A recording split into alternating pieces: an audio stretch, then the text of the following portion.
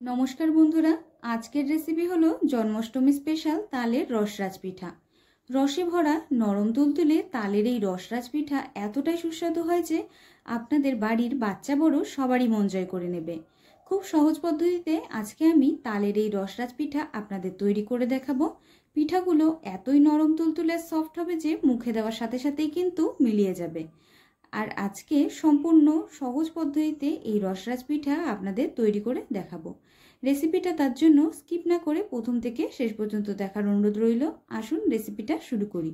বন্ধুরা, তালের এই রসরাজ পিঠা তৈরির জন্য আমাদের তাল লাগবে। তালটাকে আমি ভালোভাবে প্রথমে তালের খোসাটাকে ছাড়িয়ে নেব, তারপর তালটাকে ভালোভাবে মেখে তালের থেকে তালের কাপটা বার করে নেব। আমি এখানে একটা তাল নিয়ে নিয়েছি। তালটাকে প্রথমে আমি ভালোভাবে ছুলে নিচ্ছি। তালটাকে ভালোভাবে ছুলে নিয়ে তালটাকে ভালো সুন্দরভাবে মেখে নেওয়ার পরে তালের থেকে আমাদের কাতটাকে বার করে নিতে হবে।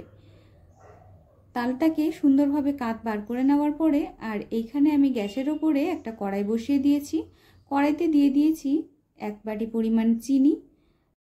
এখন দিয়ে দেব 2 বাটি পরিমাণে জল।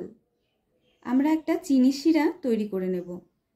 চিনি শিরাটাকে বেশ কিছুক্ষণ ভালোভাবে জাল করে আমাদের তৈরি করে নিতে হবে।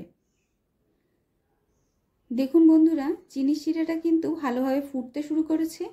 এই অবস্থায় আমাদের আরও কিছুক্ষণ ভালোভাবে চিনি শিরাটাকে জাল করে নিতে হবে। তারপর গ্যাসটা বন্ধ করে চিনি শিরাটাকে আমরা ঢাকা দিয়ে রেখে দেব। চিনি শিরাটা তৈরি হয়ে গেল। এখন চলুন বন্ধুরা, পিঠাগুলোকে তৈরি করা যাক। পিঠাগুলো তৈরির জন্য আমি এখানে তালের থেকে তালের কাত বার করে নিয়েছি। আমি একটা বাটিতে পুরো তালের কাতটাকে বার করে নিয়েছি। আর এইখানে গ্যাসের উপরে কড়াই বসিয়ে কড়াইয়ের মধ্যে আমি দিয়ে দিচ্ছি তালের কিছুটা কাত। তালের কাতটাকে আমাদের ভালোভাবে জাল করে নিতে হবে। আমি কড়াইয়ের মধ্যে তালের কাতটাকে দিয়ে দিচ্ছি। এখন বেশ কিছুক্ষণ আমাদের জাল করে নিতে হবে। জাল করে নেওয়ার জন্য আমি এখানে সামান্য পরিমাণে একটু জল দিয়ে দিয়েছি, যাতে কোনো রকমভাবে তালের কাতটা কড়াইতে ধরে না যায়।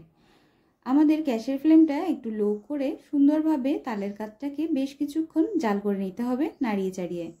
এখন আমি এই তালের কাথের মধ্যে দিয়ে দিচ্ছি সামান্য পরিমাণে স্বাদ অনুযায়ী লবণ। লবণটা দেওয়ার পরে খুব ভালোভাবে আমি মিশিয়ে নিচ্ছি। এখন আমি দিয়ে দেব 2 থেকে 3 চামচ পরিমাণে চিনি। আপনারা নিজেদের স্বাদ বুঝে চিনির পরিমাণটা নিজেদের অনুযায়ী বাড়িয়ে অথবা কমিয়ে নিতে পারেন। চিনিটাকে দেওয়ার পরে আবার কিছুক্ষণ সুন্দরভাবে নাড়িয়ে চাড়িয়ে আমাদের জাল করে নিতে হবে, যতক্ষণ না চিনিটা সুন্দরভাবে তালের সাথে মিশে না যায়। তালের সাথে দেখুন চিনিটা সুন্দরভাবে মিশে গেছে। এখন আমি দিয়ে দেব 1 বাটি পরিমাণ উষ্ণ গরম গরুর দুধ। গরুর দুধটা দেওয়ার পরেও আবার আমাদের বেশ কিছুক্ষণ সুন্দর করে নাড়িয়ে চাড়িয়ে জাল করে নিতে হবে। বন্ধুরা, তালের যে কাতটা আমরা জাল করব তখন কিন্তু গ্যাসের ফ্লেমটা খুব বেশি হাই করা যাবে না, তাহলে কিন্তু তালের কাতটা পুড়ে যাবে। আর অনবরত আপনাদের সুন্দরভাবে নাড়িয়ে চাড়িয়ে নিতে হবে। দেখুন, আমি দুধটাকে দেওয়ার পরে বেশ কিছুক্ষণ সুন্দরভাবে নাড়িয়ে চাড়িয়ে মিশিয়ে নিয়েছি। দুধটা তালের ভেতরে কিন্তু খুব ভালোভাবে মিশে গেছে। এখন আমি দিয়ে দেব 1 বাটি মেপে সেই বাটির পরিমাপে ময়দা। ময়দাটাকে দেওয়ার পরে আমাদের খুব ভালোভাবে ময়দার সাথে তালের কাতটাকে বেশ সুন্দরভাবে নাড়িয়ে চাড়িয়ে মিশিয়ে নিতে হবে। কোনো রকম যেন দলাভাব না থাকে সেইভাবে আমাদের একটু সময় ধরে ভালোভাবে নাড়িয়ে চাড়িয়ে মিশিয়ে নিতে হবে। আর এখন আমি দিয়ে দিচ্ছি 1 বাটি পরিমাণ সুজি আর ময়দা দিয়ে খুব ভালোভাবে তালের সাথে আমাদের নাড়িয়ে চাড়িয়ে মিশিয়ে নিতে হবে। একটু যদি দুধের পরিমাণটা কম মনে হয় তাহলে আপনারা পরে আরেকটু দুধ দিতে পারেন। দিয়ে ভালোভাবে নাড়িয়ে চাড়িয়ে আমাদের মিশিয়ে নিতে হবে। গরম গরম অবস্থায় আপনাদের ঠিক এই রকমভাবে নাড়িয়ে চাড়িয়ে মিশিয়ে নিতে হবে। আর যেন কোনো রকমভাবে সাদা ভাব না থাকে, পুরো যেন একদম সুন্দরভাবে মিশে যায়। দেখুন বন্ধুরা, আমি সুন্দরভাবে তালের কাথের সাথে ময়দা আর সুজিটাকে ভালোভাবে মিশিয়ে নিয়েছি। একটা মন্ডের আকার তৈরি হয়ে গেছে। এখন এই মন্ডটাকে গরম গরম অবস্থায় আমাদের থালার উপরে নামিয়ে নিতে হবে। আমি এখানে মন্ডটাকে আরও কিছুক্ষণ ভালোভাবে মিশিয়ে নেব। আর এখানে আমি একটা স্টিলের থালা নিয়ে নিয়েছি। থালার ভেতরে আমি দিয়ে দিচ্ছি সাদা তেল। হাতের সাহায্যে থালার গায়ে আমি সাদা তেল সুন্দরভাবে মেখে নেব।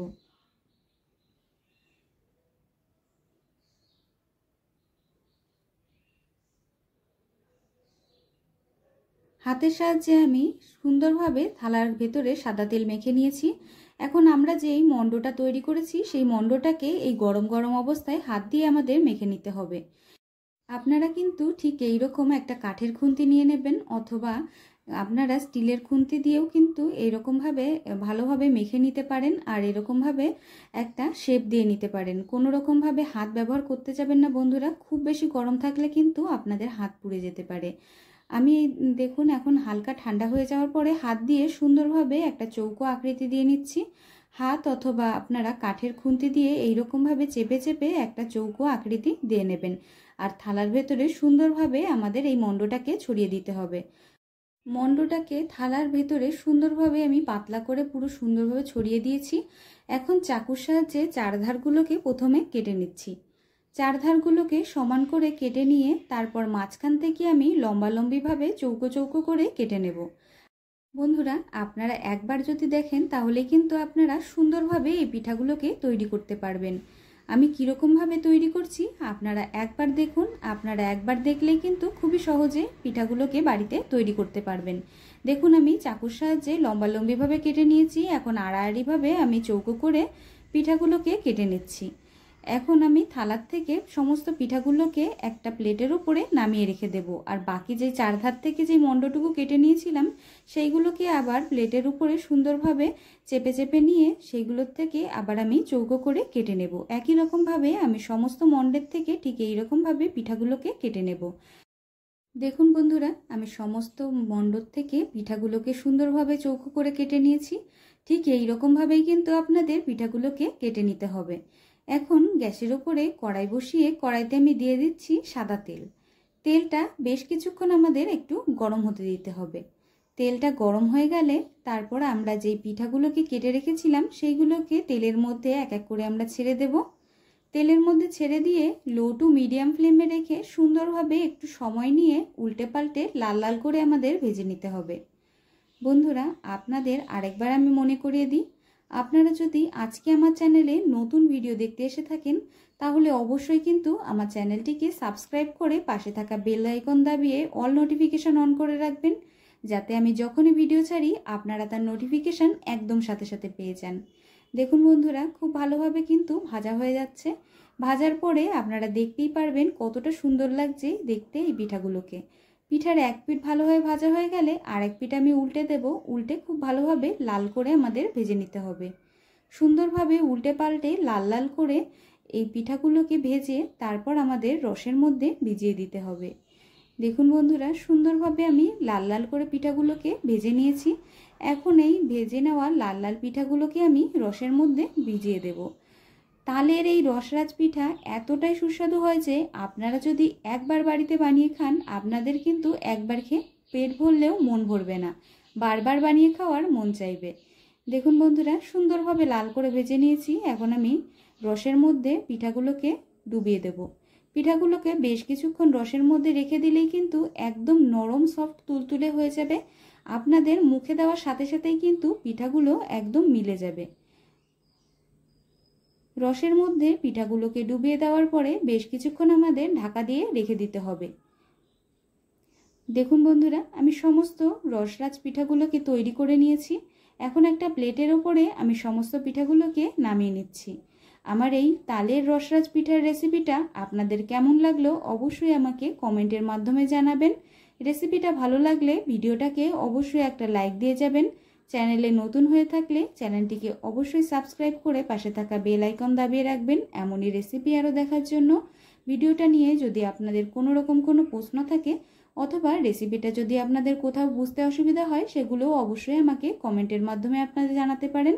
রেসিপিটা প্রথম থেকে শেষ পর্যন্ত দেখার জন্য আপনাদের অনেক অনেক ধন্যবাদ।